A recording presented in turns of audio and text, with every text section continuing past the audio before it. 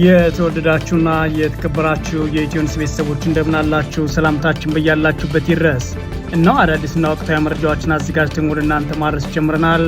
ከኢትዮኒውስ ልዩ ልዩ መረጃዎች ጋር አብራችሁ እንድትቆዩ ግብዣችን ነው። በቅድሚያም አርዕስተ ዜናዎችን አስቀድማለሁ። በአማራ ክልል ወልዲያ ከተማ ቅርብ ርቀትን ጨምሮ የተለያዩ አካባቢዎች በአገዛዙ ጦርና ፋኖ ኃይሎች መካከል የሚደረገው ውጊያ ዛሬ መቀጠሉ ታውቋል።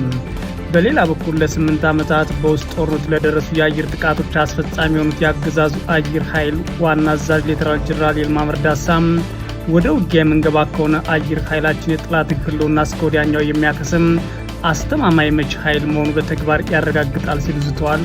በቀዳሚነት የምናየው ጉዳይ ነው። ህወሓት በትግራይ ህዝብ ላይ የብልጽግና አገዛዝ ጦርነት አውጆ እየሰራ ነው ማለት ከሰሰ። ህወሓት ለዚህም ወደ ግልጽ ትግል ተሸጋግረናል ያለ ሲሆን ለህልውና የሚደረገው መከላከል በድል እንደሚጠናቀቅ ሁሉም ማወቅ ይኖርበታል ሲል አስታውቋል። በዝርዝር የምናየው ሌላኛው ጉዳይ ነው። ዶክተር ቴዎድሮስ አዳኖም በደቡብ አፍሪካ ስለተገደሉ ኢትዮጵያውያን የሰጡት አስተያየት የሀገሪቱን ባለስልጣናት አስቆጥቷል። የዓለም ጤና ድርጅት ዋና ዳይሬክተር ዶክተር ቴዎድሮስ አዳኖም ደቡብ አፍሪካ ውስጥ በተገደሉ ኢትዮጵያውያንና ሞዛምቢካውያን ዙሪያ የሰጡት አስተያየት ባለስልጣናቱን ያስቆጣው ለምንድን ነው የሚለውን በዝርዝር እናየዋለን። የተወደዳችሁና የተከበራችሁ የኢትዮኒውስ ቤተሰቦች አብራችሁን ቆዩ። ወደ ዝርዝሩ አልፋለሁ። በአማራ ክልል ወልዲያ ከተማ ቅርብ ርቀት ጨምሮ የተለያዩ አካባቢዎች በአገዛዙ ጦርና ፋኖ ኃይሎች መካከል የሚደረገው ውጊያ ዛሬም ቀጥሏል። በክልሉ ሰሜን ወሎ ዞን ወልዲያ ከተማ ቅርብ ርቀት በተከፈተ የደፈጣ ውጊያ ከፍተኛ ሰብአዊና ቁሳዊ ጉዳት መድረሱን የፋኖ የመረጃ ምንጮች ለኢትዮኒውስ ተናግረዋል።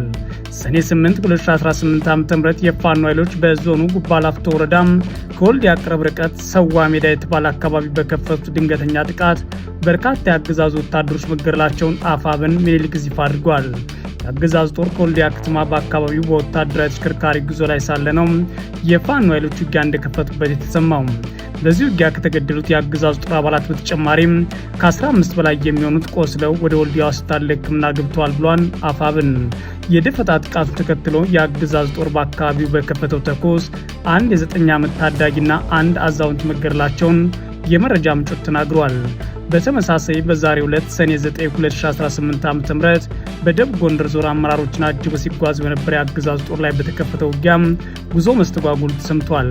በዞኑ የብልጽግና አመራሮችን ከባህር ዳር እና ከወረታ ከተሞች ወደ ደብረ ታቦር አጅቦ ጉዞ ላይ ሳለም አለምበር በተባለ አካባቢ በፋኖ ላይ ተኩስ መከፈቱ ተከትሎ ወደ ወረታ ከተማ ለመመለስ መገደዳቸውን የመረጃ ምንጮች ተናግረዋል።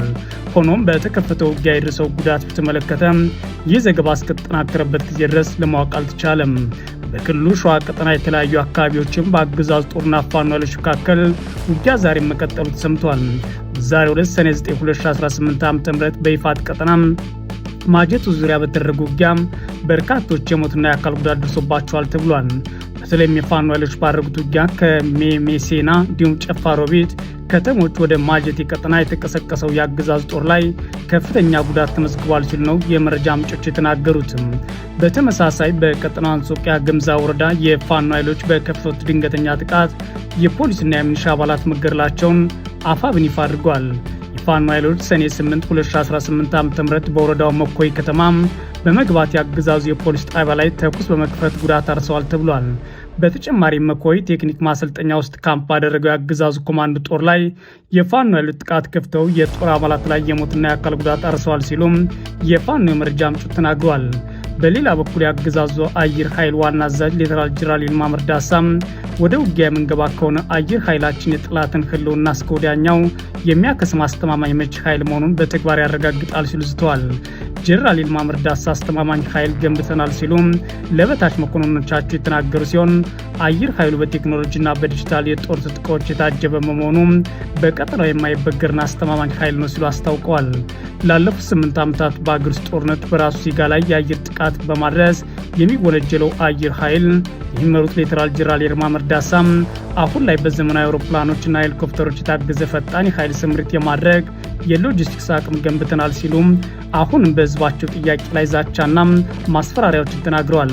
ጄኔራሉ ሊያፈርሱን የሚፈልጉ ኃይሎች አየር ኃይል የታሪካዊ ውድቀታቸው ምክንያት እንደሚሆን ሊያውቁት ይገባል ሲሉም ሲዝቱ ተሰምተዋል።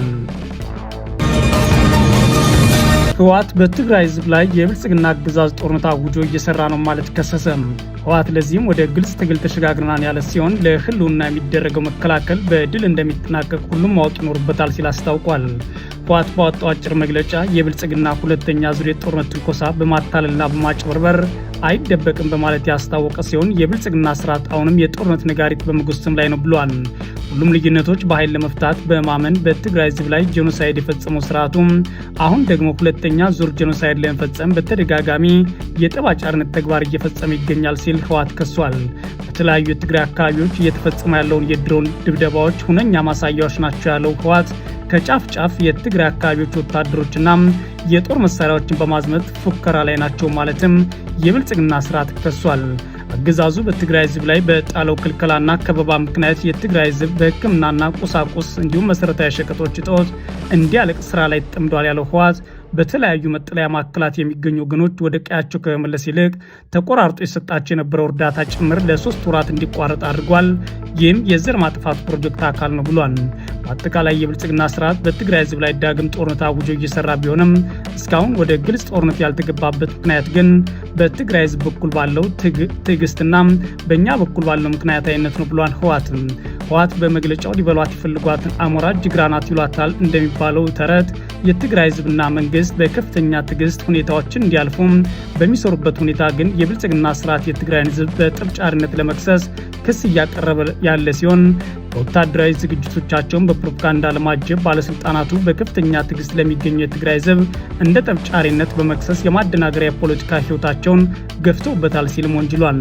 የስርዓቱ የማደናገሪያና የማወናበጃ ፖለቲካ ህይወት የስርዓቱ ባህሪያት ለሚከታተል ሰው ገሃድ የወጣ ጉዳይ ነው ብሏል። ህወሓትም ማደናገሪያው ለአንድ ቀን የፖለቲካ እድሜም ቢሆን እንደ ስልት ይጠቀምበታል ሲል ብልጽግናን የከሰሰው ህወሓት የዚህ ዋና ዓላማም የዓለም ማህበረሰብ በማታለል ሌላ ዙር ጦርነት ለመክፈት የሚያደርገው ተንኮል እንደሆነ እናውቃለን፣ እናንተም ልትገነዘቡት ይገባል ብሏል። የትግራይ ህዝብ መንግስትና የህወሓት አቋም እንዲሁም እምነት የትግራይ ህዝብ ጥያቄ በሰላማዊ መንገድ እንዲመለሱ እንዲሁም ሁሉም ልዩነቶች ሰላማዊ ፍትህ እንዲያገኙ ነው የሚለውን ሀሳቡን ህወሓት በዚህ መግለጫው ላይ ደግሞታል። ይሁን እንጂ የብልጽግና ስርዓት የትግራይ ህዝብና መንግስት ለሚያሳየው ትዕግስት እንደ ድክመት በመቁጠር የጀመረውን የዘር ማጥፋት ለመጨረስ ተደራራቢ ወታደራዊ ዘመቻዎች እያደረገ ጦርነቶችንም ጀምሯል ማለት ከሷል። የትግራይ ህዝብ በህልውናው ላይ ለሚሰነዘርበት የጄኖሳይድ ዘመቻ ራሱን የመከላከል ተፈጥሯዊ መብቱን በመጠቀም ህልውናውን ለማረጋገጥ ዛሬም እንደ ትላንትናው በጽናት ይመክታል ማለት ህወሓት ደምድሟል። ለህልውናው የሚደረገው መከላከል በድል እንደሚጠናቀቅ ሁሉም ማወቅ ያለበት ጉዳይ ነው ያለው ህወሓት የብልጽግና ስርዓት የሚያደርገው እንቅስቃሴ በመገንዘብ ሁሉም የትግራይ ህዝብ ከትግራይ የመከላከል ወይም ደግሞ የመከታ አቅሞች በመሰለፍ ደህንነቱን ማረጋገጥ ይኖርበታልም ሲል አሳስቧል። ህወሓት ጨምሮም ዛሬም እንደ ትላንቱ ከሁሉም የመከታ አቅሞች በመሰለፍ ህልውናን ለማረጋገጥ የራስን እድል በራስ የመወሰን በሚደረገው ትግል ግንባር ቀደም ሆኖ እንዲታገል እና እንደምንታገልም አረጋግጥላለሁ ሲል በመግለጫው አትቷል። ዶክተር ቴዎድሮስ አዳኖም በደቡብ አፍሪካ ስለተገደሉ ኢትዮጵያውያን የሰጡት አስተያየት የአገሪቱን ባለስልጣናት አስቆጥቷል። የዓለም ጤና ድርጅት ዋና ዳይሬክተር ዶክተር ቴዎድሮስ አዳኖም ደቡብ አፍሪካ ውስጥ በተገደሉ ኢትዮጵያውያንና ሞዛምቢካውያን ዙሪያ የሰጡት አስተያየት የአገሪቱ ባለስልጣናት የወደዱት አልሆነም። ዶክተር ቴዎድሮስ እሁድ ዕለት ደቡብ አፍሪካ ውስጥ ሌላ ዙር መጤ ጠል ጥቃት እያገረሸ መሆኑን በመጥቀስ ድርጊቱ ሀገሪቱ ለነጻነት ያደረገችውን ትግል የሚክድ አሳዛኝ ሁኔታ ነው ማለት ገልጸውት ነበር። የዓለም ጤና ድርጅት ዋና ዳይሬክተር በደቡብ አፍሪካ ውስጥ በሚፈጸሙ መጤ ጠል ጥቃቶች በሺዎች የሚቆጠሩ ቤተሰቦች መፈናቀላቸውና የሰው ሕይወት ባጭሩ እየተቀጨ መሆኑን በመግለጽ በቅርቡ የሞቱ ኢትዮጵያና ሞዛምቢካውያን በምሳሌነት ጠቅሰዋል። በዚህም ቢያንስ 5 ኢትዮጵያና 5 ሞዛምቢካውያን መገደላቸውን ያመለከቱት የዓለም ጤና ድርጅት ዋና ዳይሬክተር ዶክተር ቴዎድሮስ አዳኖም በሺዎች የሚቆጠሩ ደግሞ ለሕይወታቸው መስጋት እየሸሹ መሆናቸውን በኤክስ ገጻቸው ላይ ጽፈዋል። ይህን ተከትሎ የደቡብ አፍሪካ ባለስልጣናት የዋና ዳይሬክተሩን አስተያየት ትክክል አለመሆኑን በመጥቀስ በአገሪቱ ውስጥ ተፈጥሯል ስለሚባለው መጤ ጠል ጥቃት ትክክለኛና አስተማማኝ መረጃ ለዓለም ጤና ድርጅት ለማስረዳት እንፈልጋለን ሲሉ ገልጸዋል። ዓለም አቀፍ ግንኙነትና ትብብር መስሪያ ቤት እንደሚባለው የደቡብ አፍሪካ ውጭ ጉዳይ መስሪያ ቤት ቃል አቀባይ ለቢቢሲ እንደተናገሩት ዶክተር ቴዎድሮስ የጠቀሷቸው ውጭ ዜጎች ህይወት በማለፍ እንደሚያዝኑ በመግለጽ ምክንያቱ ግን መጤ ጠል ጥቃት እንዳልሆነ አስተባብለዋል። ባለስልጣናት ለኢትዮጵያኑና ለሞዛምቢካውያኑ ሞት ምክንያት የመጤ ጠል ጥቃት አይደለም ያሉ ሲሆን በተጨማሪም የኢትዮጵያውያኑ ሞት ከተደራጀ ወንጀል ጋር እንደሚያያዝ የሞዛምቢካውያኑ ደግሞ ምርመራ እየተደረገበት እንደሆነ አስተባብለዋል። ዶክተር ቴዎድሮስ በደቡብ አፍሪካ የነበረውን የአፓርታይድ ስርዓት ለማፍረስ የአፍሪካ ሀገራት በጋራ መቆማቸውን በመግለጽ ኢትዮጵያ ማንዴላን በመደገፍ ፓስፖርት ሰጥታ በአህጉሪቱ ውስጥ እንዲንቀሳቀሱ ስታደርግ ሌሎች ሀገራትም እንዲሁ በተለያዩ መንገድ ድጋፍ ማድረጋቸውን ጠቅሰዋል። ነገር ግን አሁን በደቡብ አፍሪካ ውስጥ በአፍሪካውያን ስደተኞች ላይ እየተፈጸመ ያለውን መጤጠል ጥቃት አገሪቱም ለነጻነት ያደረገችው ተካድሎ የሚክር ነው ማለት ነበር ዶክተር ቴዎድሮስ የጠቀሱት።